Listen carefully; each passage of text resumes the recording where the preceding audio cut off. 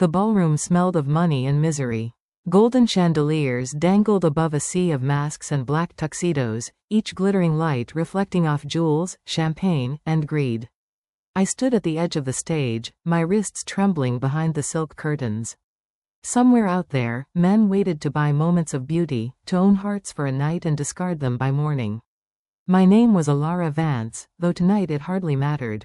To them, I was only a number, lot 47. The host's voice thundered through the speakers, smooth and cruel. Next, gentlemen, the final lot of the evening. A rare beauty, untouched by scandal, gifted in music, fluent in French. A perfect companion for a king, or a sinner. Laughter rippled through the room like the hiss of snakes. I clenched the edge of my gown, the satin biting into my fingers. The air was heavy, suffocating.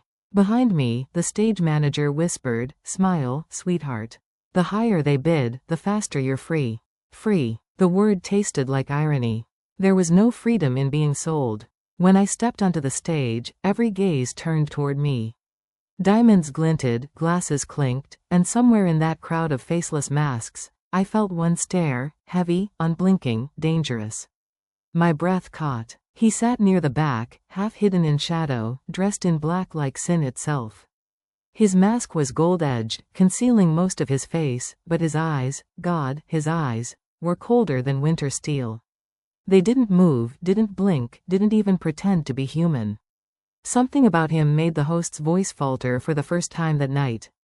"Gentlemen," the host recovered quickly, "bidding starts at 50,000. Numbers climbed like fire. 60, 80, 100. I stared down, refusing to meet any of them, but the chill from that one corner wouldn't leave me. It wrapped around me like invisible chains. Then came his voice. Low, calm, absolute. 1 million. The hall fell silent. Gasps erupted, chairs scraped, and someone whispered, "That's the king." The king. King Lucian d'Aurora, ruler of Valmir, the man whispered to have ice instead of blood. He'd taken the throne at 25 after his father's mysterious death. In 2 years, he'd turned Valmir from a golden kingdom into a court of fear and obedience. Rumors said he never smiled, never loved, and never forgave. And now, he had bought me. The host stammered, "Oh, 1 million, going once, going twice." The gavel fell. I was sold to a man who didn't believe in mercy. The drive to the royal estate was silent. Outside, the night bled silver over the countryside, the moon following us like an omen. The car's interior smelled faintly of leather and sandalwood. I sat perfectly still, every muscle stiff, every breath shallow. He hadn't SPOK'n since the auction. He didn't need to. His presence filled the car like a storm about to break. When the gates opened, I caught sight of his world, a kingdom of cold perfection. White marble, black roses, and guards who never looked you in the eye. The palace was carved into the cliffs of Aurelia, overlooking the restless sea. It was beautiful, but lifeless, like him. As I stepped out, the wind caught my hair, and I realized how small I looked beside him. He towered, tall and severe, his features sharp enough to wound. When he finally removed his mask, I wished he hadn't. Lucian d'Aurora was too beautiful to be real. High cheekbones, jaw carved from marble, lips that looked too soft for the things they said. But his eyes, pale, piercing gray, were a storm you didn't survive. He looked at me for a long time, then said, almost lazily, "You're trembling." "I'm cold," I lied. "No," he said, stepping closer. "You're afraid." His voice wasn't cruel, just matter of fact, like fear was a currency he understood well. "I don't hurt what's mine," he added after a pause, his tone dropping to something darker. "Not unless they lie." The word mine burned like a brand. I wanted to tell him I wasn't his. That no amount of money could buy my soul. But I said nothing. I had seen what happened to people who challenged kings. He turned, walking toward the palace doors.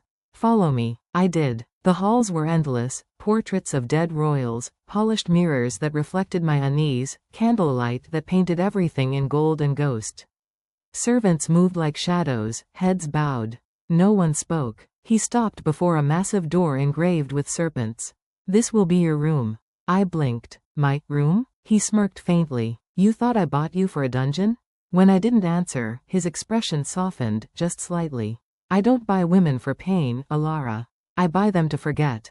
Forget what? My sins. He opened the door and left me there, his words echoing long after his footsteps faded. That night, I couldn't sleep. The bed was softer than clouds, but my mind was a cage. I kept seeing him at the auction, those eyes, that silence.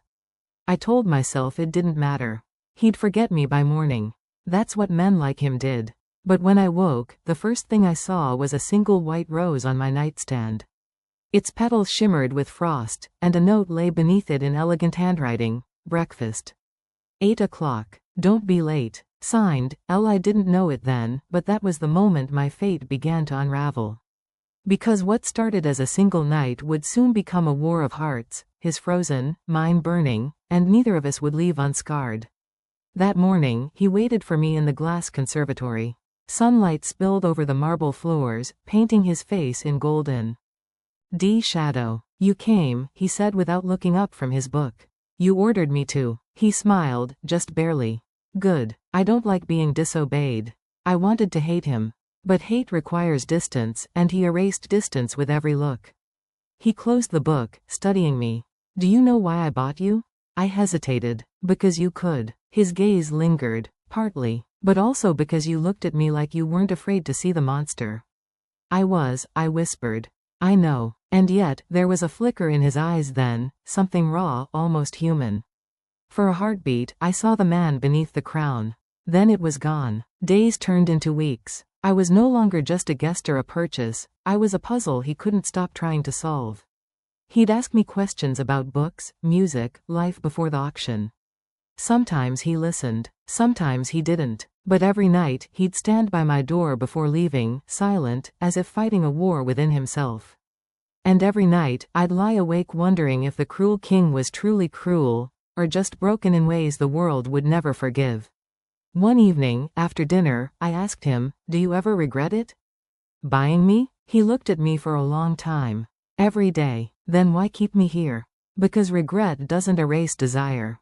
He stepped closer, his hand brushing mine, and though I should have pulled away, I didn't. His touch was fire and frost all at once, and for the first time, I felt the danger of falling for the man who had already claimed me. That night, I dreamed of him, not as a king, but as a man. And when I woke, I couldn't tell where the dream ended and the beginning of our ruin began. Morning broke over Valmir like a soft confession. The first rays of sunlight slipped through the palace's high windows, spilling over marble corridors and awakening the ghosts that lived within its golden walls. The ocean below whispered against the cliffs, steady and endless, as if it too carried the secrets of this place.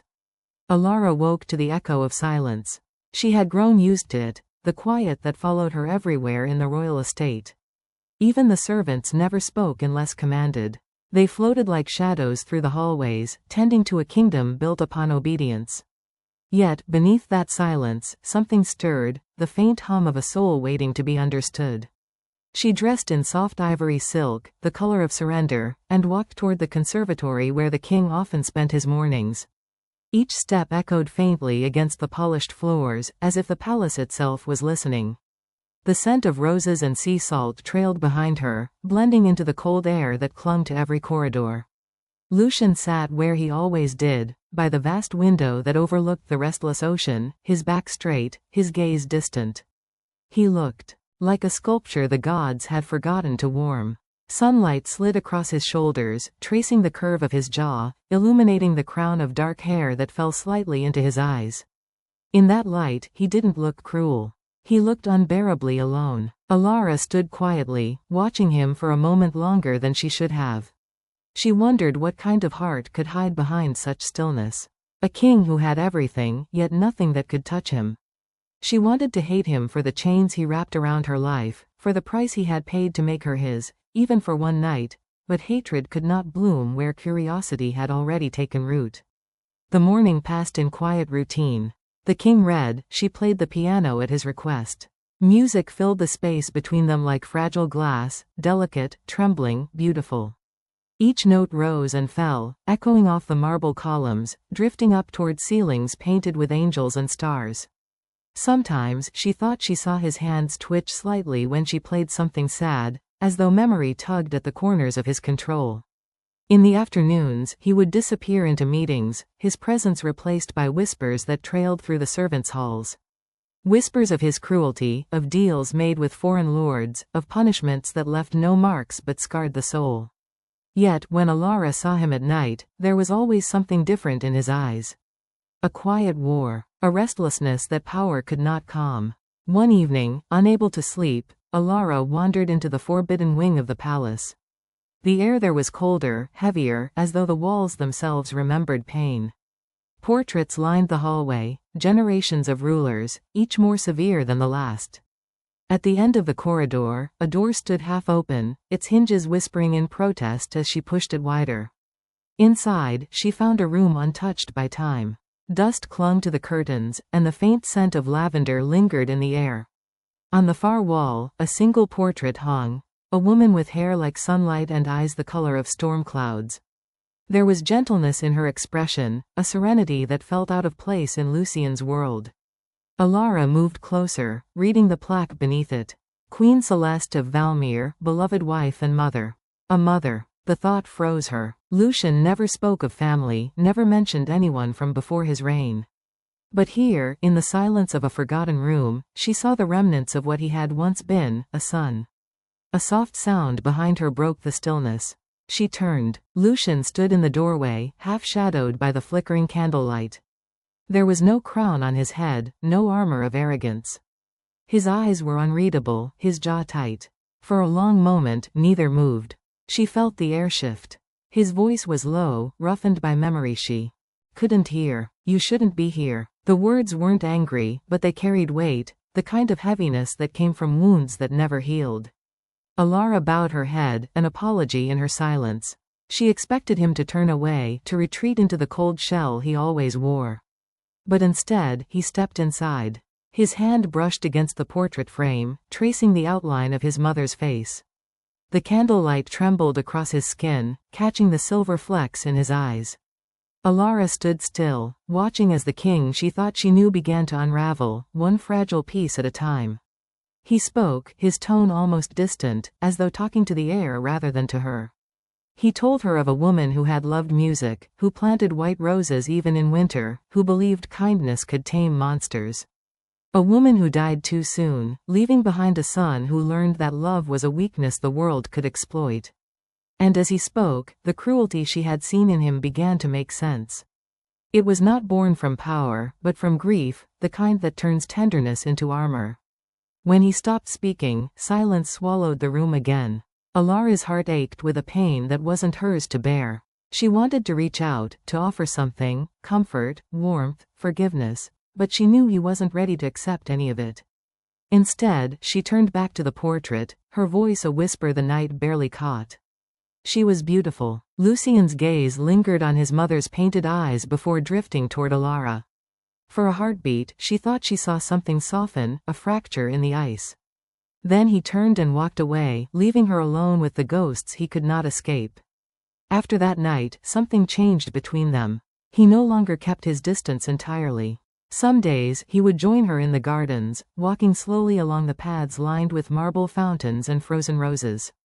He would ask her about the music she played, about the books she loved, about the life she had left behind before the auction.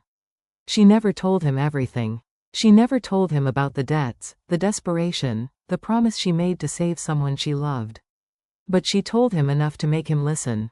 And in his listening, she began to see the man beneath the crown, not the cruel king, but the boy who had once believed in love. One afternoon, as rain tapped softly against the glass walls of the conservatory, he asked her to play again. She chose a melody she had written herself, one without words, one that spoke only in emotion. As her fingers danced across the piano keys, she felt the air shift. When she looked up, his gaze was not that of a king, but of a man standing on the edge of something he couldn't name. When the final note faded, the silence that followed felt sacred. Alara rose, the music still. Trembling in her veins. She wanted to say something, but the words dissolved before they could form. Instead, she turned to leave, only to feel the warmth of his hand brush her wrist, fleeting and uncertain. It was not a command. It was not a claim. It was almost an apology. She didn't turn back, but her heart did. That night, she dreamt again, not of fear or cages, but of the sea, endless and wild, and a king standing at its edge, reaching for something he could never quite hold. Days bled into one another, and the walls of the palace began to lose their sharpness. The cold that once haunted every room began to fade beneath the quiet rhythm of her presence. Servants whispered that the king was changing, that his anger came less often, that his temper no longer turned halls into graveyards of broken things. They did not know it was because of her. Alara didn't want to believe it either, but she saw it in the smallest gestures, the way he left a book outside her door, the way he lingered near the piano, the way he listened when she spoke of the world beyond his gates. He was learning to feel again, even if he didn't understand it yet. But peace in Valmir was fragile. In every shadow, there were eyes. In every whispered corridor, there were reminders that kings could not afford hearts. One evening, Lucian was called to council. The ministers spoke of rebellion, of border threats, of traitors among his court. Alara heard the echoes from her chamber, the anger, the shouted oaths. When he emerged, his expression was carved from stone once more. The cruelty returned, cold and familiar. But this time, she saw through it. She saw the fear that he hid behind command. That night, when he passed by her door, he paused. For the first time, his voice was quiet, almost pleading. "Don't leave." He didn't wait for a response. He walked away. And she knew then, the cruel king who had bought her for one night had already begun to lose himself to something far more dangerous than desire. He was falling, slowly, inevitably, into the ruin of love. And she, despite every warning, was falling with him. The palace of Valmir no longer felt the same. What had once been a monument of marble and silence now pulsed faintly with something alive, fragile but undeniable. Yet beyond those gilded walls, the kingdom trembled. Rumors had begun to stir like thunder in the distance. Villages whispered of heavy taxes, of soldiers marching through the fields, of a rebellion born in shadows. The king's council met more often, and every meeting ended with sharper voices and colder decisions. Alara could feel it even when she wasn't told. There was a tension in the air that clung to everything, the servants' hurried steps, the soldiers' watchful gazes, the way Lucian's eyes had darkened again. He had stopped visiting the conservatory. Days passed without the soft knock on her door, without the faint trace of sandalwood that always lingered when he was near. She told herself she didn't care, that she didn't belong in this palace of kings and ghosts, but her heart betrayed her every morning when it waited for him anyway. One evening, as rain pounded against the tall glass windows, she wandered through the library, a labyrinth of old books and forgotten thoughts. The room smelled of dust, ink, and memory. She ran her fingers along the spines, pausing when she found a leather-bound journal, its edges worn with age. Inside were pages of handwriting, strong, familiar, yet unguarded. She read only a few lines before closing it, heart quickening. It was his, the king's own words. Power demands solitude. To love is to invite betrayal. Yet every night, I find myself haunted by eyes that see me not as a crown, but as a man. And that frightens me more than war. Her fingers trembled. She should have put the book back, but she didn't. Instead, she pressed it to her chest, as though holding it could still the storm rising within her. She turned when she heard the faint creak of the door. Lucian stood there, his expression unreadable, water dripping from his cloak. His presence filled the room like a gust of wind before lightning strikes. The scent of rain clung to him, mingling with the faint trace of steel and sorrow. He looked at her, then at the book in her hands. His jaw tightened, but he didn't speak. She placed it down gently, as though it were something sacred. He walked toward the window, his eyes fixed on the storm outside. The lightning carved his silhouette against the glass, a king wrapped in darkness, a man bound by his own crown. For a long time, neither spoke. The thunder outside answered for them. When he finally turned, his gaze was distant, haunted by something heavier than power. The weight of 1,000 unspoken things lay between them. She wanted to ask what haunted him, what burden he carried behind those eyes, but she already knew. The loneliness of rule, the cost of command, the fear of love. He had built walls around himself not to keep others out, but to keep himself from feeling too much. And yet, with every passing day, those walls were crumbling, one glance, one touch, one unguarded silence at a time. Days turned into weeks. The kingdom darkened under the clouds of unrest. Messengers came and went, bringing news of villages in revolt, of stolen supplies, of soldiers vanishing into the forests. Lucian spent his days in council and his nights pacing the corridors like a restless spirit. Alara watched from the shadows, from the distance he forced between them, but she could feel his turmoil bleeding through he walls. One night, unable to bear it any longer, she left her room. The palace was quiet, the only sound the distant roar of the sea. She found him in the great hall, standing before the throne he rarely sat upon. The firelight flickered against his face, casting shadows that made him look older, wearier. His hands were clasped behind his back, his shoulders tense. He didn't turn when she entered. He didn't need to. He had always known when she was near. The hall stretched endlessly between them, but her steps did not falter. When she reached him, the silence between them was thick enough to suffocate. She stood beside him, staring at the empty throne. It gleamed in the dim light, a symbol of power that weighed heavier than any chain. In that moment, she understood the cruelty of it, not the cruelty of the man, but of the crown itself. To rule was to lose yourself piece by piece, to sacrifice humanity in exchange for control. The storm outside intensified, the wind howling like the voice of the kingdom itself. Lucian finally spoke, his tone low, distant, like thunder echoing in the distance. He spoke of betrayal, of noblemen who conspired behind his back, of old allies who turned against him, of a council divided. He spoke of war rising like a tide he could no longer control. And when his words faltered, she realized that what frightened him most was not the rebellion, but the thought of losing the fragile peace he had found, the fragile light that she had unknowingly become. He turned to her then, his eyes burning with something between fury and desperation.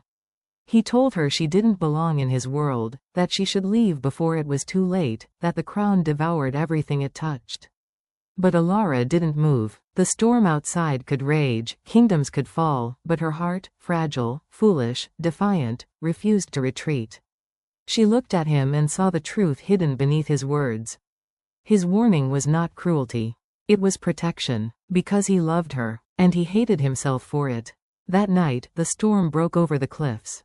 Rain lashed against the palace walls, thunder shattered the sky, and lightning illuminated the restless sea below. Alara stood by her window, watching the tempest that mirrored the turmoil within her. She couldn't sleep. The echo of his voice haunted her, the look in his eyes replaying again and again until it carved itself into her chest. She wrapped a shawl around her shoulders and left her room. The corridors were dark, lit only by the occasional flicker of candlelight. The storm outside roared like a living thing, shaking the very foundations of the palace. She found him in the courtyard, standing in the rain. His cloak was gone, his crown discarded somewhere behind him. Water streamed down his face, but he didn't move. He stood there like a man waiting for the sky to wash him clean. Alara stepped toward him, her feet sinking into the wet stone. The cold bit at her skin, but she didn't care. When she reached him, she said nothing. She simply stood beside him, the rain mingling with her tears. For a moment, neither moved. The world was only rain and breath and the unspoken truth that hung between them. And then, without warning, he turned toward her. His eyes, once hard as steel, were now wide open, raw, stripped of every layer of control. The storm reflected in them, wild and desperate. He reached for her hand, hesitated, then let his fingers intertwine with hers. No words were spoken, yet everything was said. The storm outside howled, but within that chaos, something finally broke, the wall he had spent years building. He was no longer a king. She was no longer his captive. They were two lost souls standing in the wreckage of everything they had been. When the lightning faded and the rain softened into a whisper, he released her hand, his voice barely audible over the wind. He told her to go back inside, to rest, to forget what had just happened. But as she turned to leave, she knew she never could. Because in that brief, fragile moment, the cruel king had looked at her not as possession or salvation, but as the only truth left in a world built on lies. The next morning dawned clear, the sky washed pale and tender after the storm. But peace was an illusion. Messengers brought word that the rebellion had reached the eastern borders. Towns were burning. Armies were gathering. The throne was under threat. Lucian prepared for war. The palace transformed overnight. Soldiers filled the courtyards, banners were raised, and steel replaced silence. The air smelled of iron and fear. Alara watched from her window as he donned his armor, dark silver, etched with the crest of Valmir. He looked every bit the king again, but she could see the battle already raging behind his eyes. When he rode out at dawn, she stood at the highest balcony, the wind tangling her hair, the sea crashing below. The image of him, the cruel, beautiful king riding into the storm, burned itself into her memory. She didn't know if he would return. But deep down, she felt it, this was not the end. It was the beginning of everything. The dawn that followed his departure felt like a wound that would not close. The palace of Valmir stood eerily quiet in his absence. The courtyards, once alive with the sound of soldiers preparing for battle, now lay silent beneath the pale morning sky. The banners that had fluttered proudly from the towers hung limp, soaked with the dew of a sleepless night. The scent of rain and steel still lingered in the air, mingling with the faint trace of his sandalwood cologne, a ghost of the king who had ridden away before sunrise. Alara stood at the balcony long after the dust of the departing army had faded. The world below seemed hollow without the echo of hooves, without the flicker of his silver armor. Every gust of wind that touched her face felt like a memory of his touch, distant but unforgotten. She had thought the palace was lonely before. She had not understood true loneliness until now. Days bled into one another. The sun rose and fell over the same marble towers, painting the world in shades of waiting. The servants spoke little. Fear hung in the air like mist. Every messenger who arrived brought more whispers, of villages in flames, of alliances tested, of a rebellion that grew like wildfire through the kingdom's borders. And through it all, she waited. She filled her hours with meaningless routines, reading in the library where his scent still lingered, playing the piano in the conservatory that no longer felt warm, walking through gardens that now lay untended and wild. The roses he had once admired bloomed and withered in silence. At night, she dreamed of him, not as a king in armor, but as the man who had stood beside her in the rain. The man who had let her see the cracks in his crown. The man who had, for one trembling moment, reached for her hand as though it could anchor him to something human. But dreams were treacherous things. They made her forget the truth, that he had bought her. That this love, if it could be called love, was born from chains and silence. And yet, no matter how she reminded herself, her heart refused to listen. Weeks passed before the first letter came. It arrived without ceremony, sealed in black wax, carried by a weary messenger whose armor bore the dust of battle. Alara's hands shook as she broke the seal, unfolding the parchment with care. The handwriting was sharp and deliberate, as if each word had been carved rather than written. Alara, the war is not as simple as I hoped. The rebellion is well armed, well fed by lies. They call me a tyrant, a butcher, a king who knows only fear. Perhaps they are not wrong. But if I do not rule through fear, this kingdom will tear itself apart. Still, I find myself thinking of peace, of silence, of music. Of you. I should not, but I do. I have learned that love does not make men weak. It reminds them of what they stand to lose. That is the cruelest power of all. If I do not return, do not wait. Live. Lucian. The ink was smudged near the bottom, as though his hand had trembled. She read the letter again and again until the words blurred into one another. Then she folded it carefully, pressing it to her heart. That night, she sat by the window and wrote her reply, words she knew he might never read. Lucian, you speak of love as though it were a curse. But what is a kingdom without it? What is power without purpose? You may rule by fear, but you live by feeling. I know you do, even if you won't admit it. If you return, I will be here. If you don't, I will still remember you as the man who stood in the rain and forgot he was king. Alara. She sent the letter with a soldier who promised to deliver it to the front lines. Then, for the first time in weeks, she allowed herself to sleep, not in peace, but in hope. The war, however, did not wait for hope. By the second month, Valmir's banners had begun to fall. The rebellion had spread farther than anyone had feared, led by lords who once sat at the king's own table. The council that remained within the palace was divided, some loyal to Lucian, others whispering of surrender. Alara found herself caught in the middle of a court unraveling. Ministers came and went, shouting orders, hiding fear behind formality. The corridors filled with the sound of messengers, of horses arriving with wounded men, of servants weeping behind closed doors. Through it all, the king's absence became a presence of its own, a silence that filled every space, every thought. One evening, as the sun sank crimson beyond the horizon, a carriage arrived at the gates. The guards, weary and uncertain, allowed the stranger inside. He was an old man, cloaked in travel dust, his eyes sharp and knowing. He introduced himself as Lord Theon, the king's most trusted advisor before the rebellion began. His return stirred the palace like a ripple across still water. He asked to see Alara. They met in the great hall, where the fire burned low and shadows stretched long. The old man studied her for a long time, as if measuring something invisible. He told her that the king's army had been forced to retreat to the northern cliffs, that victory was uncertain, that the betrayal ran deeper than anyone had expected. He spoke in riddles, his words heavy with things left unsaid. But what caught her breath was the way he spoke of Lucian, not as a cruel ruler, but as a man fighting against the ghosts of his own bloodline. He told her that the rebellion was led by Darian Dorora, Lucian's cousin, the one who had once been next in line for the throne before being exiled for treason. The same man who now sought to reclaim it. The truth struck like lightning. The rebellion was not just war, it was family.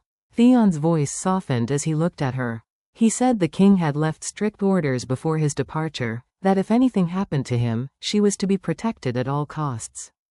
Alara felt something inside her break. The man who had claimed her like a possession now guarded her like a vow. The days grew colder. The air sharpened with the promise of winter. Snow began to fall across the kingdom, coating the gardens in white silence. Each dawn brought new uncertainty. Each night, new fear. But through it all, she held onto his letter, the only proof that somewhere, beneath the armor and the crown, the man she loved still existed. Then, one night, the bells rang. It was past midnight when the sound tore through the stillness, deep, desperate, unrelenting. The signal of an approaching army. The palace erupted into chaos. Servants ran through the corridors, guards shouted orders, the sound of steel echoed like thunder. Alara's heart pounded as she rushed to the balcony. Far beyond the gates, through the falling snow, she saw them, torches burning in the dark, a sea of banners cresting the horizon. The rebels had come. The gates of Valmir would not hold for long. Theon found her in the hall, his face pale but resolute. He ordered her to hide, to take the secret passage that led beneath the cliffs. But Alara refused. She had spent her life being taken, hidden, silenced. Not tonight. She would not run from the life she had found, or from the man who had changed everything she thought she knew about love and power. Theon pleaded, but she shook her head. Her voice was quiet, steady. If he returns, he must not return to ashes. And so, she stayed. The night stretched on like an eternity. The gates trembled beneath the weight of siege. The sound of battle grew nearer, steel clashing against steel, cries echoing through the darkness. The palace shuddered, torches flickering wildly as if the very air had caught fire. Then came the horn, long, low, and familiar. Her breath caught. She ran to the balcony, her heart a drum against her ribs. The torches below flickered in the chaos, the snow now stained with shadow and flame. And through it, through the blur of battle and smoke, she saw him. Lucian. He rode through the storm like a force of nature, his armor streaked with blood and rain, his eyes burning with fury and resolve. The soldiers parted around him, his presence cutting through the chaos like lightning through night. He had returned, the cruel king, the lost man, the love she could not name. And he was fighting for everything he had once believed he had already lost. Hours passed before the fighting ceased. The rebellion was driven back, the gates barely standing. The snow was crimson, the air thick with smoke and grief. But the kingdom still stood. When Lucian entered the palace again, he was no longer the man who had left. His face was drawn, his armor dented, his hands stained with the cost of survival. Yet, in his eyes, there was something new, something unbroken. He found her in the great hall, standing among the ruins of shattered glass and fallen banners. For a long moment, they simply looked at each other. No words, no crowns, no walls, and in that silence, she understood what neither of them had dared to say. That love, fragile, forbidden, impossible, had survived the storm. But outside, beyond the walls of Valmir, the war was not over. And fate, relentless and cruel, was not done testing them yet. The morning after the siege dawned gray and silent. Smoke still curled above the palace walls, drifting toward a sky bruised with clouds. The once majestic banners of Valmir hung torn and scorched, fluttering weakly in the cold wind. Soldiers moved like ghosts through the courtyards, tending to the wounded, gathering the fallen, and whispering prayers to gods that no longer seemed to listen. And amid that ruin, the king walked again. Lucian moved through the aftermath with the weight of 1,000 unspoken burdens. His armor, once gleaming silver, was now blackened with soot and blood. His crown, dented, splintered at the edge, had fallen somewhere during the fight. But none dared to speak of it. He did not look like a ruler that morning. He looked like a man who had clawed his way out of death itself. Alara watched him from the steps of the great hall, her breath caught somewhere between relief and disbelief. He was alive. That was all her heart could understand at first, not the blood, not the pain, not the shouts of victory or the smell of fire.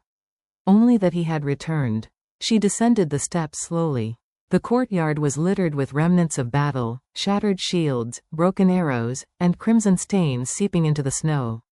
The sight of him standing among it all felt unreal, as though he were part of the storm that had just passed. When he turned toward her, their eyes met across the silence. He said nothing, neither did she. Words would have been too small for what hung between them. The distance closed on its own. His hand found hers, rough and trembling. It was not the hand of a king. It was the hand of a man who had lost and found everything in the same heartbeat. And then, quietly, he whispered the first words she had heard him speak since the battle. "You stayed." She looked up at him, her voice a soft echo. "I said I would." Something flickered in his eyes then, something raw, something human. A breath of gratitude that he did not know how to give shape to. He looked at her as if she were the last untouched thing in a world that had burned to ash. That day, the bells rang again, not for war, but for mourning. The dead were carried beyond the walls, their bodies wrapped in white linen and garlands of winter flowers. The priests chanted in the old tongue, and the people of Valmir wept. Lucian stood among them, silent, his face unreadable. But Alara could see it, the ache behind his stillness, the key. At breaking that no one else dared to witness. That night, he did not return to his throne room. He came instead to the West Tower, the place where Alara had once been kept as a captive, and where he had once come to see her under the guise of power. Now, there was no pretense left. The fire burned low as he entered, his cloak heavy with frost. He did not speak for a long time. He simply stood before the window, looking out across the kingdom, his kingdom, scarred and silent beneath the moon. Alara remained by the hearth, watching the play of light across his face. When he finally spoke, his voice was low and hollow. Darian escaped. The name struck like a blade. His cousin. The traitor. The man whose rebellion had nearly destroyed Valmir. Lucian's jaw tightened. He fled with a handful of men toward the eastern pass. He knows the mountains better than most. He'll regroup, rebuild. This isn't over. Silence hung between them for a long moment. Then he turned to her, his expression unreadable. He wants the crown. But that's not what drives him. Alara frowned. Then what does? Lucian hesitated, as though the truth itself burned to speak. Me. He wants to destroy me, not as a king, but as a man. Everything I touch, everything I care for, he will turn to ash. There was pain in his eyes when he said it, pain that came not from fear, but from knowing what loss truly meant. She rose and crossed to him. For a moment, neither spoke. Then, softly, she said, "Then he must never see what you care for." Her hand brushed his. He caught it instinctively, his grip firm, desperate, almost. His eyes searched hers, and for a fleeting heartbeat, the weight of crowns and kingdoms seemed to vanish. "I already made that mistake," he murmured. He knows. The weeks that followed were a fragile peace. The kingdom limped forward, its people rebuilding what the rebellion had broken. Villages rose from the ashes, trade routes reopened, and the sound of life began to return to Valmir's streets. But beneath the surface, unease remained. Lucian grew more distant, his days consumed by council meetings, letters, and silent rage. He ruled with precision and coldness, as though he could force the kingdom back into order by sheer will. Yet, every night, he returned to the West Tower, not as king, but as a man who had forgotten how to rest. Sometimes, he would find Alara reading by the fire. Sometimes, they would share quiet conversation, fragments of honesty that neither had ever allowed themselves before. And sometimes, they would say nothing at all, sitting together in the silence that only they understood. There were nights when his composure cracked. When nightmares pulled him from sleep, breath ragged, eyes wild with remembered blood. And on those nights, she would hold him until the storm passed, the cruel king, undone not by war, but by the touch of the woman he had once claimed as his. But peace was not meant to last. It was near the end of winter when the shadows began to move again. Reports arrived from the eastern borders, villages raided, soldiers vanishing in the night, messages intercepted. Darian's men had returned, stronger, more ruthless. And with them came whispers, that the true heir to Valmir's throne had risen, that Lucian was a usurper born of betrayal. The rumors spread like wildfire. Alara saw the toll it took on him. The weariness beneath his armor, the sleeplessness that carved hollows beneath his eyes. He spoke less, ate little, and spent hours alone in the war room, staring at maps that offered no peace. One evening, she entered without knocking. The room was dim, lit only by a single candle. He stood at the center, hands braced against the table, his crown lying forgotten beside him. The firelight caught the scar that ran along his temple, a new wound from the last battle, now healed into a mark of defiance. He didn't look up when she entered. But he spoke, his voice hoarse. "They say I was born of sin. That my father took the throne through blood." Alara said nothing. Lucian's lips curved into something between a sneer and a smile. "Maybe they're right. Maybe I was never meant to rule." She crossed to him, her voice calm but firm. "You are the king. You've fought for this land when no one else would. You've bled for it." He turned to her sharply. "And what has it given me in return? Fear? Hatred? A throne built on bones?" His anger broke then, spilling out in a torrent of words he had long buried. "I was raised to believe mercy was weakness. That love was a weapon. Every time I've reached for something good, it's been taken. And now," his voice faltered, "now I'm afraid it will be you." Her breath caught. The words were not a confession. They were a surrender. He looked at her as if he were already losing her.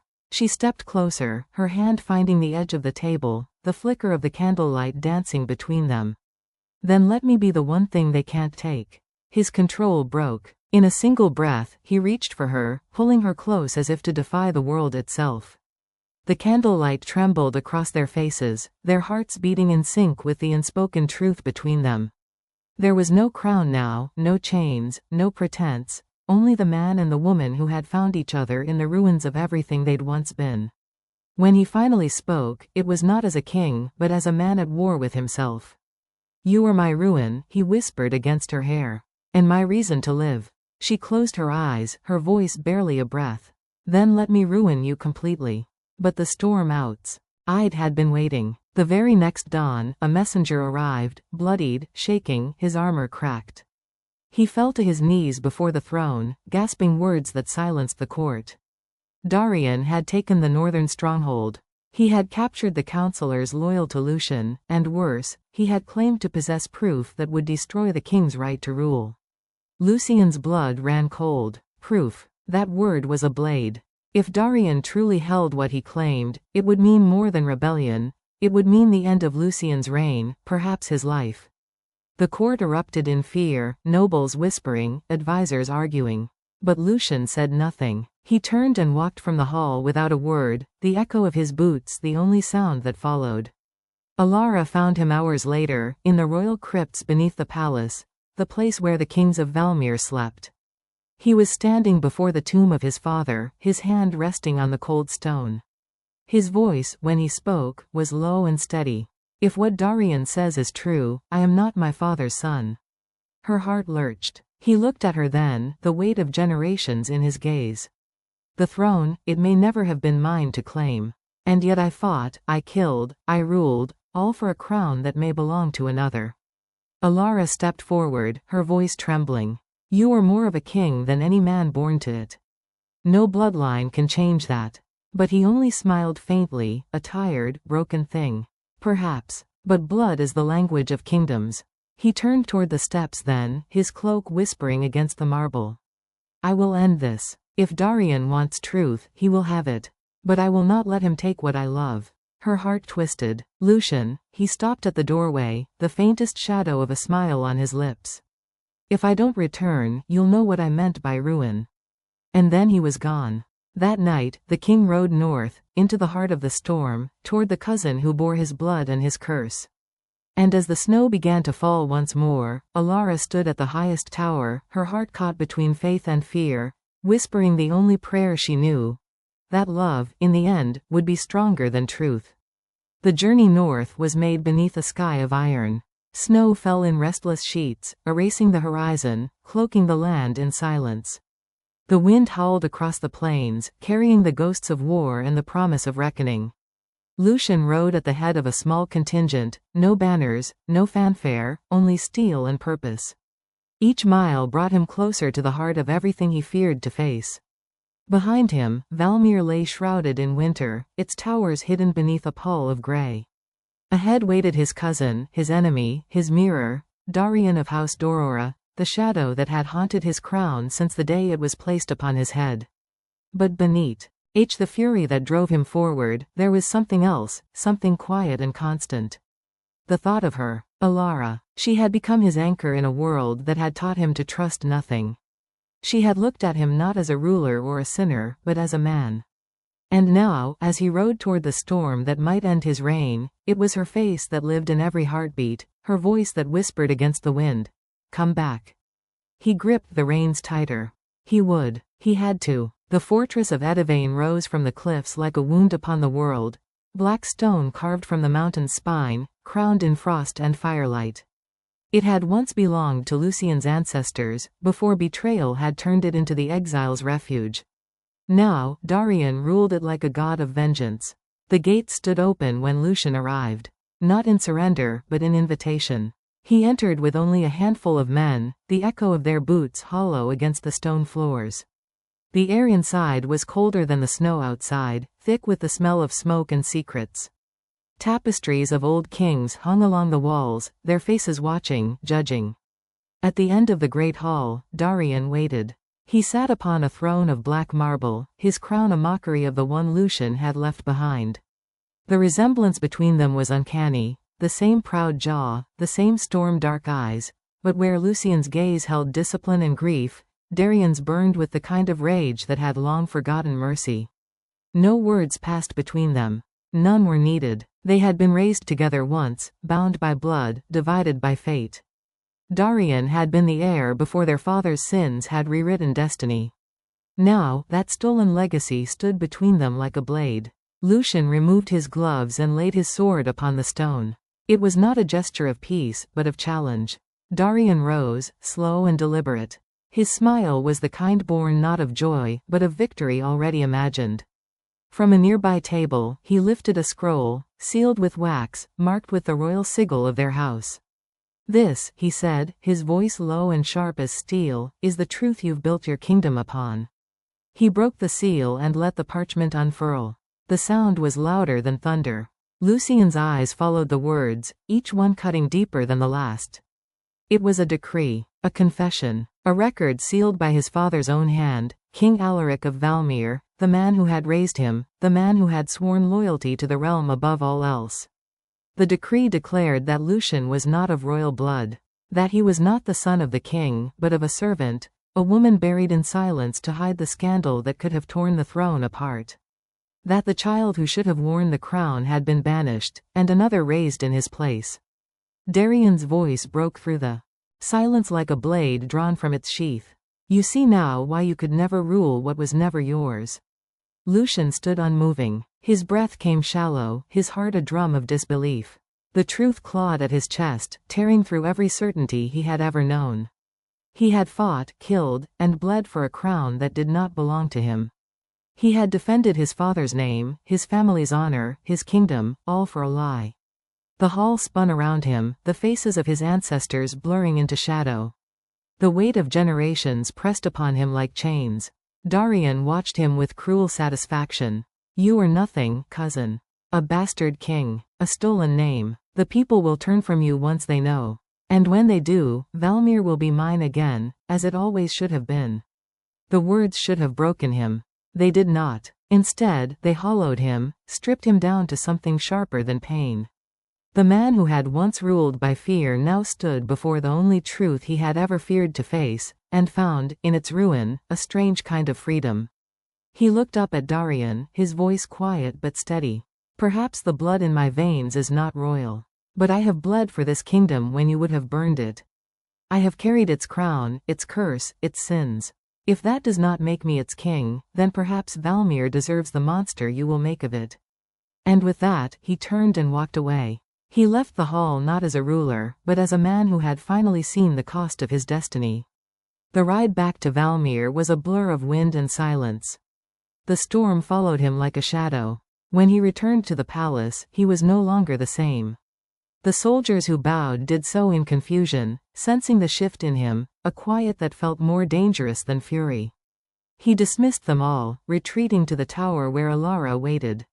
She rose the moment she saw him, her heart leaping with relief, until she saw his face.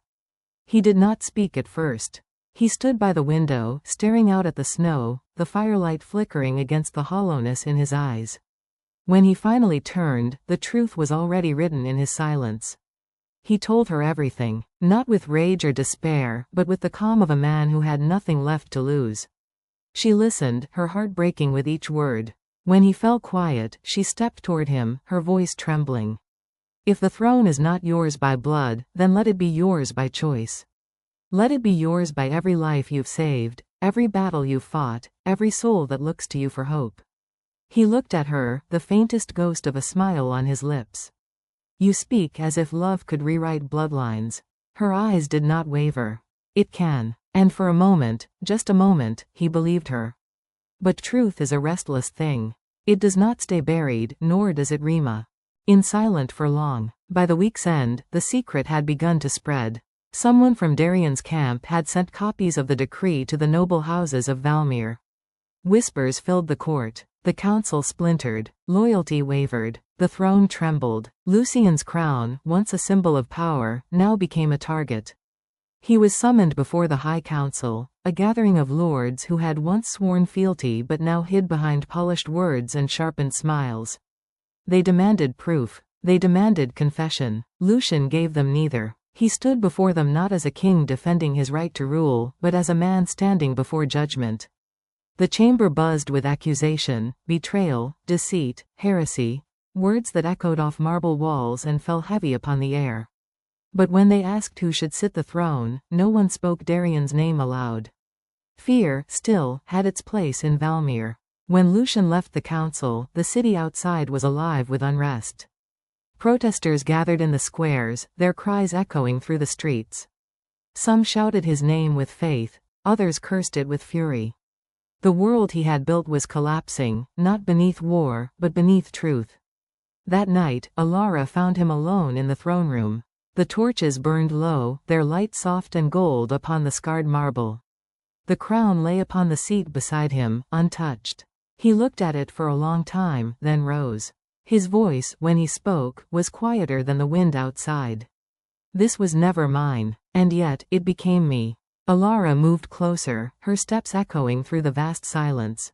He reached for her hand, and in that touch was the whole of their story, every cruelty, every mercy, every heartbeat they had stolen from fate.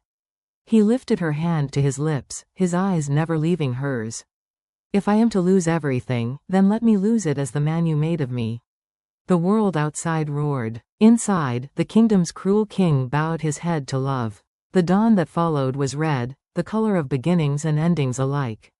From the balcony of the great hall, Lucian looked upon his city. Smoke rose in the distance where riots had broken out. The bells tolled, not for death this time, but for judgment. He knew what he had to do. By noon, the square was filled, soldiers, nobles, commoners alike. They waited, restless, uncertain. When he stepped forward, silence fell like snowfall. The crown gleamed in his hands. He spoke not as a king, but as a man stripped bare before his people. He told them of the truth that had been kept from them, of the blood that did not make him royal, of the love that had made him human. He did not plead, nor demand. He simply spoke the truth, the one thing his father had never dared to give them. When he finished, there was no applause. No cheers. Only silence, deep, endless, alley. Then, somewhere in the crowd, a voice rose. Long live the king. It was not shouted in loyalty, nor in fear, but in belief. Another joined. Then another. Until the square trembled with the echo of 1,000 voices calling his name, not because of the blood in his veins, but because of the fire in his soul. Lucian stood there, the crown heavy in his hands, the wind cold against his face. For the first time, he understood what it meant to rule. He turned to Alara, who stood at the edge of the balcony, her eyes bright with unshed tears. The world was chaos, the future uncertain. But as their hands found each other, the kingdom seemed, for one fleeting heartbeat, to stand still. For in that moment, Valmir was not built on blood. It was built on love. The storm that came upon Valmir that night was not born of nature. It was born of vengeance. By the time the bells rang, it was already too late. The eastern sky glowed red, not the gentle red of dawn, but the furious, devouring red of fire. The city burned. The wind carried the sound of chaos through the marble corridors, mingling with the distant cries of fear and fury. The rebellion, thought broken, had returned. And this time, it had come for the heart of the kingdom itself. The gates of Valmir were breached before sunrise. Darian's army swept through the lower districts like a tide of shadows, their torches painting the streets in molten gold and ruin.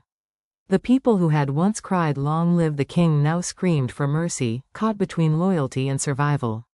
From the highest tower, Alara saw it all. She stood upon the balcony, her cloak whipping in the wind, the smell of smoke thick in the air. Below, the palace guards formed a desperate line against the invading force. The sky rumbled with the weight of burning clouds. And somewhere in the storm of it all, she knew he was out there, fighting, leading, bleeding for the throne that was both his curse and his creation. The war drums echoed through the walls, the beat of death and defiance. In the great hall below, Lucian commanded what remained of his loyal men. His armor, still scarred from the last battle, gleamed faintly beneath the torchlight. He moved with the unrelenting purpose of a man who had nothing left to prove and everything left to protect. The courtiers had fled. The council had fractured. The city's defenders were outnumbered 3-1. But Lucian did not retreat. He fought with the calm ferocity of inevitability, the storm within him matching the one outside. Every strike of his blade was a declaration. Every breath a refusal to fall. By dawn, the palace courtyard was a battlefield once more. Darian's banners rose over the outer walls, black and silver, the sigil of the wolf devouring the sun. His soldiers poured through the gates like locusts. Yet within the marble heart of the palace, Lucian's men held. The clash of steel filled the air, the sound so relentless it became a rhythm, life against death, faith against despair. Through the smoke, Darian himself appeared. His armor was dark as night, his eyes gleaming with the satisfaction of a man who had waited too long for this moment. Behind him, his soldiers dragged prisoners, counselors who had betrayed Lucian, now begging for mercy that would not come. The brothers by blood met once more, not in a hall of kings, but upon the ashes of their ancestors. Their blades found each other like destiny fulfilled. Each strike was the echo of an old wound, childhood envy, forgotten promises, blood debts carved into memory. The sound of metal rang through the ruins, their movements swift and brutal. Snow melted beneath their feet, turning red with the memory of what they had once been. Lucian fought not for his crown this time, but for her. For Alara, waiting somewhere above the flames. But Darian fought for something colder, justice twisted by bitterness. He struck with the fury of years spent in exile, every blow a reminder of his stolen birthright. His laughter was the sound of fire devouring wood, mad and triumphant. "This was always mine," his eyes seemed to say. Their swords clashed again, sparks dancing between them like lightning. The storm above broke open, thunder rolling across the city as rain began to fall, but it did not cleanse. It only spread the fire wider, turning smoke to steam and battle to chaos. When at last Lucian drove him back against the broken steps of the throne, Darian's smile faltered. His eyes, wild and desperate, searched for something to save him, and found it. A shadow at the balcony above. Alara. She had defied every order, every plea for safety. She stood there now, framed by fire and wind, her eyes wide with fear and love. Darian's smirk returned. In one swift motion, he drew a dagger from his belt and hurled it toward the tower. Lucian saw it before she did. Time fractured. He threw himself forward, shouting her name into the storm, the sound lost in the roar of thunder. His sword clattered against the marble as he leapt, catching Darian by the throat before the second dagger could fly. The two men collided, crashing to the ground with the force of a world collapsing. The dagger missed its mark, grazing Alara's arm as it embedded itself into the stone behind her. Blood bloomed like a crimson petal against her white sleeve, but she did not fall. Lucian did not rise. For a heartbeat, the world stood still.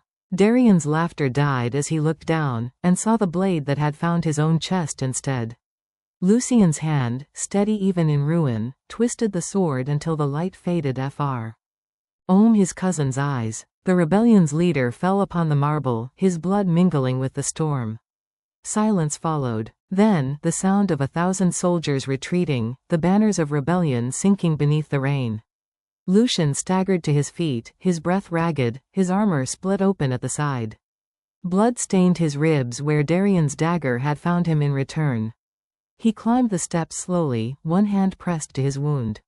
Alara met him halfway, tears cutting through the soot on her cheeks. She caught him before he could fall again, her arms steady around him. He looked at her then, truly looked, as though memorizing the sight of her against the world's end. The firelight turned her hair to gold, her eyes to stars. She whispered something he could not hear through the ringing in his ears, but he understood anyway. He smiled, faint, broken, real. The cruel king was gone. What remained was a man, her man, who had fought every shadow in his blood and found his heart waiting in the light. The days that followed blurred into memory. The fires were put out, the wounded tended, the dead honored. Darian's body was buried beyond the walls with no ceremony, no crown, no name carved into stone. Lucian lay in his chambers for many days, drifting between fever and waking. The healers said the wound would take him if he did not rest. But each time he opened his eyes, he asked for her. And each time, she was there. Through the long nights of pain, Alara kept vigil beside him, her hand in his, her voice a soft anchor pulling him back from the brink. She read to him when he could not sleep, fed him when he refused to eat, and prayed in silence when the fever rose too high. When spring returned to Valmir, so did he. Weaker, yes, but alive, and with him came a kingdom reborn. The council, stripped of its cowards, knelt before him once more, not out of fear, but respect. The people, weary from war, greeted him not as a ruler distant and cruel, but as one of their own. He had lost everything that made him king. And in doing so, he had become one.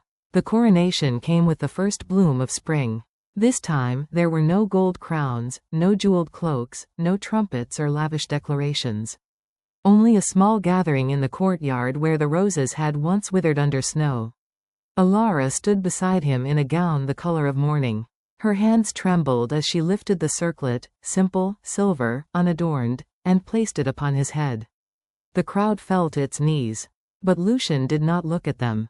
He looked only at her. And when the ceremony ended, he took her hand before all the realm and drew her close, his voice steady and certain.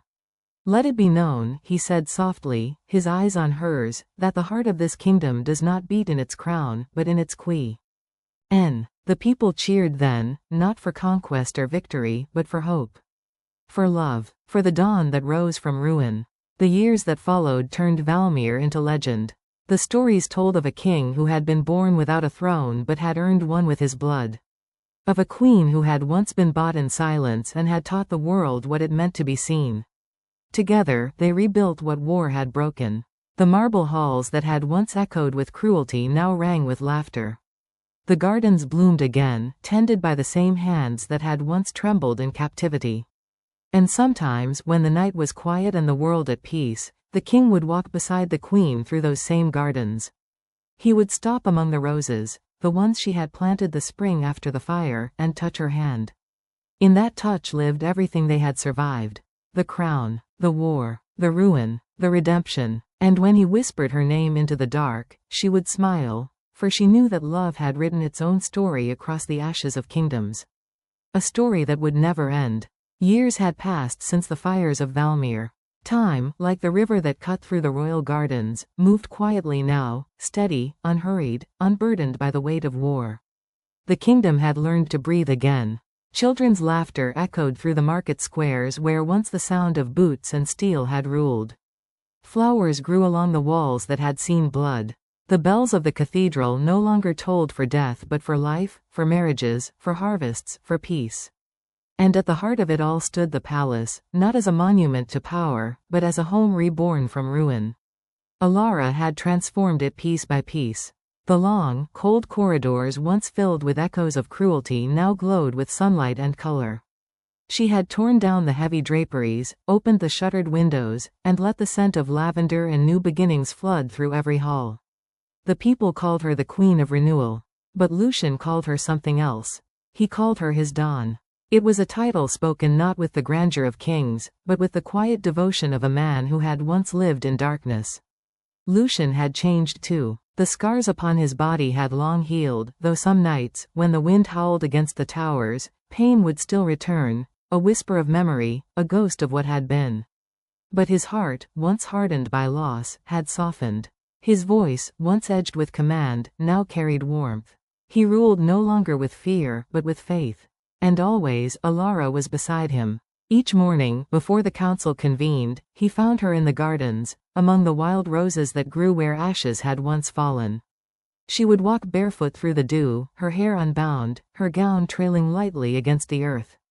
Lucian often stood for a moment at the edge of the path, simply watching her.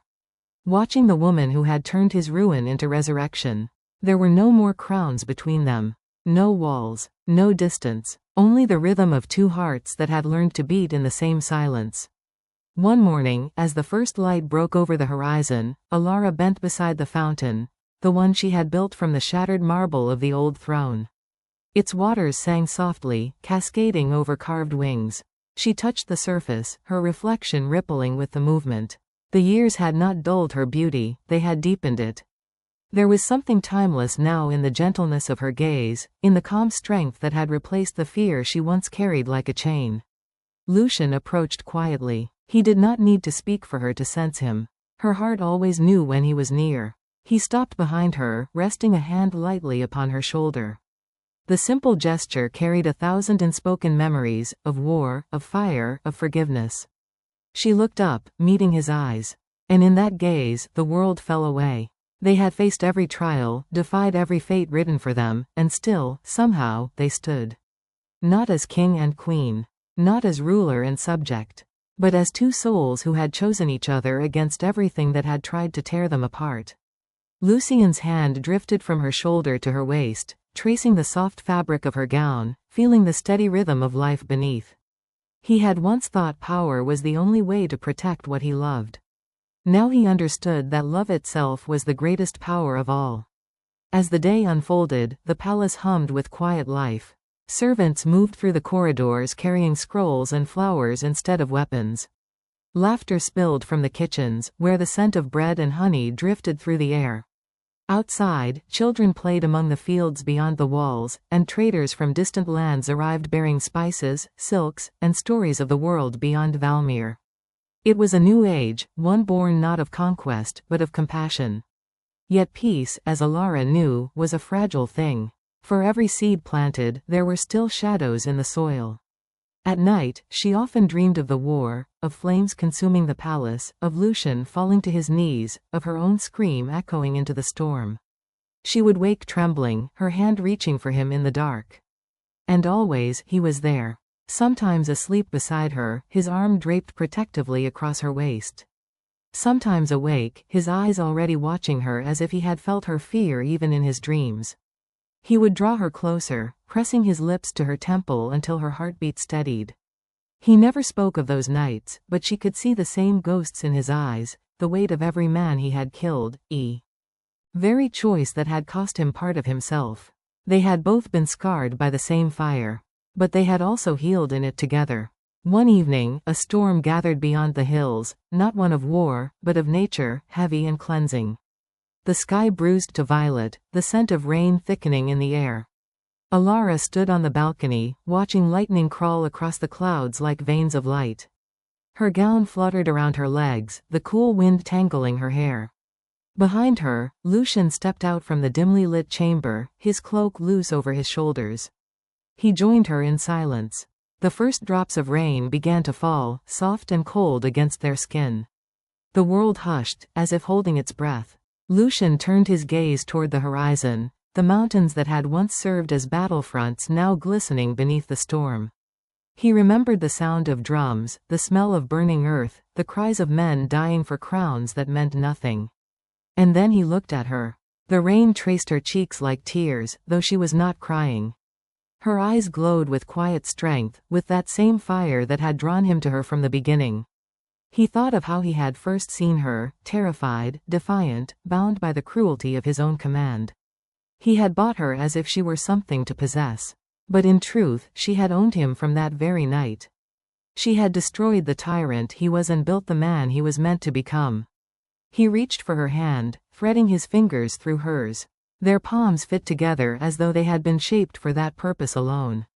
The storm broke fully then, thunder rolling like the heart of the heavens, rain pouring down in waves that washed the world clean. Alara laughed softly, lifting her face to the sky, eyes closed. Lucian watched her, the woman who had walked through hell beside him, and felt something inside him stir. Something wordless, eternal. He drew her closer, until the warmth of her body met the chill of his armor. Her head rested against his chest, and he felt the rhythm of her heartbeat, strong, steady, alive. In that moment, he knew that the world could burn again and he would still find her through the ashes. For she was not just his queen. She was his home. As the years turned, the garden grew. New flowers, new fountains, new life. Alara often visited it in solitude when Lucian was away at council or among the people. She would walk the paths lined with lilies, touch the marble statues of angels that had once stood guard over graves. At the center of the garden, beneath a great willow tree, she had built something no one else knew about, a small stone bench carved with an inscription only she and Lucian could read. It said simply, "Here begins the eternity we were promised." Lucian found her there one afternoon, sunlight sifting through the leaves, her hands resting on her lap. He said nothing as he sat beside her. Words were no longer needed between them, silence had become its own language. Together, they watched the petals fall from the branches, carried by the wind. And though time would keep moving, though years would bring change, loss, even the end, they knew that what they had built would outlast all of it. Because love, true love, does not fade when the crown is gone, when beauty ages, when kingdoms crumble. It becomes the soil in which everything eternal grows. And so, Valmir lived on, not in the songs of kings or the records of war, but in the laughter that filled its streets, in the peace that touched its fields, in the love that reigned unseen but felt in every heart. And in the garden, their garden, beneath the whispering willow and the silver fountain, two souls found their forever. The cruel king was long gone. The broken girl no longer wept. Only the man and the woman remained, bound not by fate or fire, but by the quiet, unyielding truth that the peace of Valmir had lasted 7 years. 7 years of sunlight on marble, laughter in the courtyards, and music in the streets. 7 years since the fires had died, since the war banners had been lowered and folded away. But peace, like glass, is most fragile when it shines brightest. It began with whispers, faint as a sigh, from the southern borders.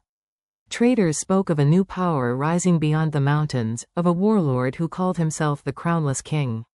A man who despised monarchies, who swore to destroy every throne that remained in the world. At first, the council dismissed it as rumor. But Lucian did not. He had learned long ago that shadows do not fade when ignored, they grow. The reports multiplied. Villages burned. Caravans vanished. A chain of fortresses once loyal to Valmir fell silent, one by one. The king who had sworn never to draw his sword again now stood before maps marked with the blood of his borders. The old fear stirred again within him, the one he thought he had buried. The fear of losing everything. And when he turned to Alara, she saw it in his eyes.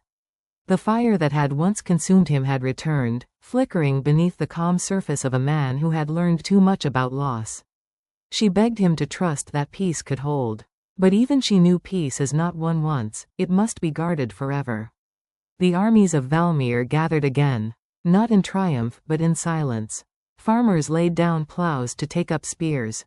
Sons who had never known war looked to the horizon with fear. Lucian rode among them, no longer the cruel king, but the warrior who had earned their loyalty through blood and compassion alike. Alara watched from the ramparts as he led them out. The banners snapping in the cold wind, the golden sun cresting behind him like a crown of flame. He turned once to look back at her, their eyes meeting across the vast courtyard.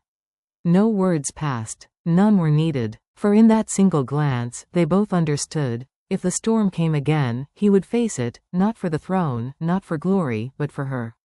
The enemy struck sooner than expected. The southern border fell beneath a siege of merciless precision. Villages burned through the night.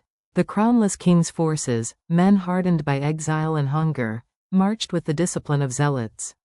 Lucian's armies clashed with them beneath the shadow of the Black Hills. For days, the air trembled with the thunder of hooves and the cry of steel. At first, Valmir held strong. But the enemy's strength lay not only in numbers, it lay in their leader's cunning. The crownless king knew Lucian's history, his pride, his wounds. He sent emissaries bearing poisoned words. You were never fit to rule. You are the ruin they survived. Lucian ignored them. Yet in the quiet hours before dawn, when he stood alone in his tent, the words clawed at the edges of his mind. Because somewhere deep within, the part of him that still remembered the cruel king wondered if peace had been only a dream. In the palace, Alara ruled in his stead. She met with the council, calmed the people, and carried herself with the same grace she had once envied in queens of old. But every night, she stood at the balcony, staring south, waiting for the sound of returning hooves. The days turned to weeks. Letters came slower. Then, one night, none came at all. A messenger arrived at dawn, his horse foaming, his face pale. He fell before her throne and laid down a torn, blood-stained banner. The message was clear. The Battle of the Black Hills had turned. Lucian's army had been ambushed, forced to retreat toward the river pass. For the first time in years, the Queen of Renewal trembled. That night, Valmir's bells tolled once again, not for death, but for faith. Alara rode out before the dawn, her guards protesting, her council pleading. She left the crown behind on the marble throne. If the world burned again, she would burn with him. The rain fell hard as she crossed the plains, lightning guiding her toward the mountains. Every mile carried memory, the ruins where they had met, the fields where he had once fallen, the places their love had stitched back together. And finally, at the edge of the river pass, she found him. Lucian stood among the wreckage of battle, his armor dented, his sword dull with blood, his eyes hollow yet burning. The enemy had retreated for now, but at a cost. The king's banner was tattered. His men were weary, and the crownless king was still out there, waiting, watching, patient as a vulture. When Lucian saw her dismount in the rain, something inside him broke, not in despair, but in awe. Even now, after everything, she had come for him again. They camped that night in the valley. The storm raged, tearing at tents and banners alike. Lucian stood alone beneath a dead tree, watching the lightning split the sky. He knew what the morning would bring. One last battle, one last reckoning, not just for the kingdom, but for the man he had become. And though he tried to steel himself, he could not silence the image of her face, the sound of her laughter, the warmth of her touch. He had fought 1,000 enemies and won. But love was the one war that left him defenseless. Chapter 10. The crown of light dawn came crimson. The air smelled of iron and rain, the ground slick with the memory of the night's storm. Across the valley, the crownless king's army waited, thousands of soldiers draped in black. Lucian stood at the head of his own line, his cloak heavy with mud, his sword bare. He felt no fear, only purpose. The sound of horns echoed across the hills. The enemy advanced like a tide, banners whipping in the wind. And then, silence. The two kings faced each other. One, born without mercy. The other, reborn through love. When the charge began, the world turned to thunder. Steel clashed against steel. Arrows fell like rain. Horses screamed, men fell, the earth shook. Lucian fought at the front, unrelenting, unstoppable. Every swing of his sword was a promise that Valmir would not fall again. Yet for every foe he cut down, another took its place. The tide threatened to break his line. And then, amidst the chaos, he saw the banner fall, the symbol of Valmir sinking into the mud. He lunged forward, cutting through the swarm, reaching for it, the golden sun upon white silk. He tore it free, raising it high once more. The men rallied at the sight, voices rising like a storm breaking against the dark. But the enemy's leader was coming. The crownless king, tall, armored in black, his eyes cold with certainty. They met at the heart of the field, where the last of the sunlight broke through the storm clouds. Their blades collided with a sound like the world itself cracking open. Lucian staggered under the force of the first blow, his wound from years ago aching, his muscles burning. But he did not yield. The battle around them blurred, the sound fading until there was only the rhythm of their strikes, the breath of men who knew only one would leave the field alive. The crownless king sneered, his sword finding its mark across Lucian's chest. Blood spilled, but Lucian's eyes blazed. He remembered Alara's face, her touch, her faith, and with the last of his strength, he drove his sword forward, through Armo. Through hate, through history itself. The crownless king fell, his weapon slipping from his hand. The battle cries rose, the enemy breaking, scattering into the mist. Valmir had won again, but the victory was not without price. Lucian sank to his knees, the blood spreading across his armor, the world blurring at the edges. He felt the rain again, gentle now, almost kind. And then, her voice. Alara was there, running through the chaos, her gown torn, her hands trembling as she caught him before he could fall. He smiled faintly, the ghost of warmth returning to his lips. For a moment, it felt like the first time again, the night he had bought her, the night he had begun to lose himself and find love instead. She pressed her forehead to his, whispering words that dissolved into the rain. And then, in the silence that followed, he breathed her name. The last breath of a man who had conquered everything except his own heart. Days later, the sun rose over Valmir once more. Lucian lived. Barely. The wound would mark him forever, but he had returned home, to her, to peace, to the kingdom that now sang of love stronger than any crown. Together, they stood upon the balcony overlooking the gardens. Below them, the people cheered, banners waving in colors brighter than flame. Alara leaned into him, her head resting against his shoulder. He wrapped his arm around her, his eyes on the horizon, where storm met sunlight. The kingdom would endure. Their love would endure. And the cruel king, long buried in the ashes of yesterday, would never rise again. Epilogue. Years later, when the historians wrote of Valmir, they did not speak of conquest or glory. They spoke of a king who had fallen in love with a girl he was never meant to keep. Of a queen who taught a broken world how to heal. Of two souls who built eternity from ruin. And in the garden where the willow still wept silver in the wind, a single stone bore the words they had once carved together. The dawn that broke over Valmir that morning was unlike any other. It was not gentle, nor golden, it was crimson, a dawn that bled across the sky, staining the clouds with the memory of battle.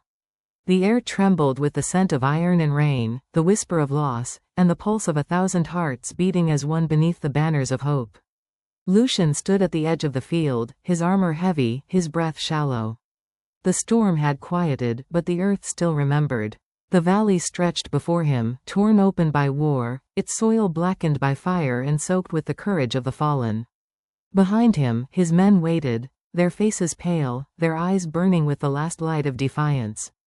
He had fought battles before. He had seen kingdoms fall and rise again under his command. But this was different. This was the final reckoning of everything he had ever been. The cruel king, the broken man, the lover who had found redemption in the arms of the one woman he could never deserve. Now, as the wind brushed his face and the sound of distant drums rolled over the horizon, he felt it deep within his soul. The end was coming, not of life, but of the darkness that had ruled it. Far behind the front lines, on the rise overlooking the battlefield, Alara watched him from atop her white steed. The queen's gown was torn and dusted with mud, her hair loose and damp from the mist. But her eyes, those luminous, steady eyes, were unyielding. She had begged him to let her stay behind. He had refused. And yet here she was, defying him one last time, as she always had. Because she knew something he did not. Fate never takes the brave without giving them a witness. She would not let him face his destiny alone. When the horns sounded, the world split open. The two armies collided with a roar that shook the heavens. The clash of steel rang like thunder. The air turned thick with the cries of men and horses. Banners fell, swords shattered, and the ground drank deeply from the river of blood that followed. Lucian rode forward, his sword cutting through the storm. Every movement was a story, the story of a man who had been made from pain and sculpted into something purer. His blows were not of anger, but of protection. Every swing, every breath, every wound was for her. For Alara. For the kingdom they had rebuilt from ashes. Around him, chaos reigned, but within him, there was silence. The kind that comes when a man has made peace with his purpose. He saw the enemy general through the smoke, the crownless king, tall and merciless, his black armor glinting beneath the blood-red light. Their eyes met across the carnage, and in that single moment, Lucian understood, he was not fighting for power. He was fighting for the soul of everything he had loved. The two kings met at the heart of the battlefield. The noise fell away as their swords collided, the world reduced to the rhythm of breath and the weight of memory. The crownless king struck first, swift, brutal, efficient. Lucian stumbled under the force, his armor splitting where the blade found its mark. But he did not fall. Pain had never defeated him, it had always defined him. He pushed forward, their blades sparking in the dawn light, the ground trembling beneath their steps. Around them, the storm raged, but neither man heard it. This was not a battle of soldiers anymore, it was the war between what destroys and what redeems. Lucian's sword found its place, slicing through the darkness, through hatred itself. The crownless king fell, eyes wide with disbelief, his weapon tumbling from his grasp.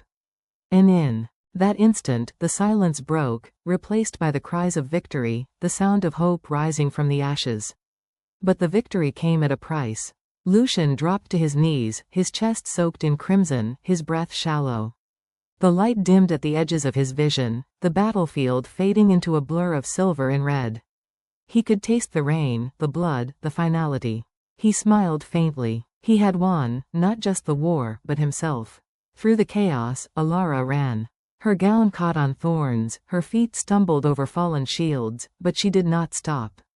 She reached him just as he fell against the roots of a broken tree, his sword slipping from his fingers. Lucian, her voice trembled, though the name barely left her lips, because even as she spoke it, he opened his eyes and smiled. He looked at her as if she were the dawn itself, the one thing in a cruel world that had ever made him believe in light. He raised a trembling hand, brushing a lock of hair from her face, and whispered something too soft for the world to hear. But she heard it. He had called her home. And then, as the storm broke open once more, he closed his eyes. For a moment, it felt as if the entire world stopped breathing. Alara held him, her tears mixing with the rain, her heart breaking open in silence. She remembered the first time she had met him, the cruel king who had bought her for a single night, never realizing that night would change eternity. She remembered every look, every fight, every fragile, fleeting moment of love that had stitched two broken souls together. She pressed her forehead to his, her voice barely a whisper. "You found your peace," she said. "Now I'll find mine, in keeping it alive." Days later, the battle ended. The enemy was gone. The crownless king's forces scattered into the wilds. Valmir rose again, not in triumph, but in reverence. The bells tolled across the city, not in mourning, but in gratitude. For a king who had been born of cruelty and died for love. But fate had one more miracle to give. Lucian lived, barely, between worlds, his life clinging to the thread of her prayers. The healers worked for nights unending. The kingdom held its breath. And when his eyes opened again, it was to the sight of her, sleeping beside his bed, her hand entwined with his. He had returned. From the edge, from darkness, from death itself. For her. Seasons passed. The scars faded, but never disappeared. They wore them proudly, marks of survival, of love tested and remade. Valmir blossomed again. The markets sang, the gardens bloomed, and the once broken palace became a place of light and laughter. Children played beneath the marble fountains, their laughter echoing through halls that had once known only war. And in the heart of it all, the king and queen of Val Mir walked hand in hand through the willow gardens, their fingers entwined, their eyes soft with the kind of peace that is earned, not given. Lucian often paused beneath the oldest tree, where the sunlight broke through the leaves in golden shards. It was here that he had once thought himself doomed. It was here that Alara had found him, again and again. He would look at her, smiling that quiet smile that spoke of lifetimes. And she would lean into him, whispering, "You are not my ruin, Lucian. You are my redemption." Epilogue. The song of eternity. Years turned to decades. The legends grew. The poets spoke of the cruel king who loved too deeply. They told stories of the queen who healed a heart made of iron and taught it to beat again. Their love became the measure of all others, fierce, imperfect, enduring. In the garden, beneath the willow tree where it had all begun, two thrones of stone stood side by side. Upon them, an inscription carved by hand.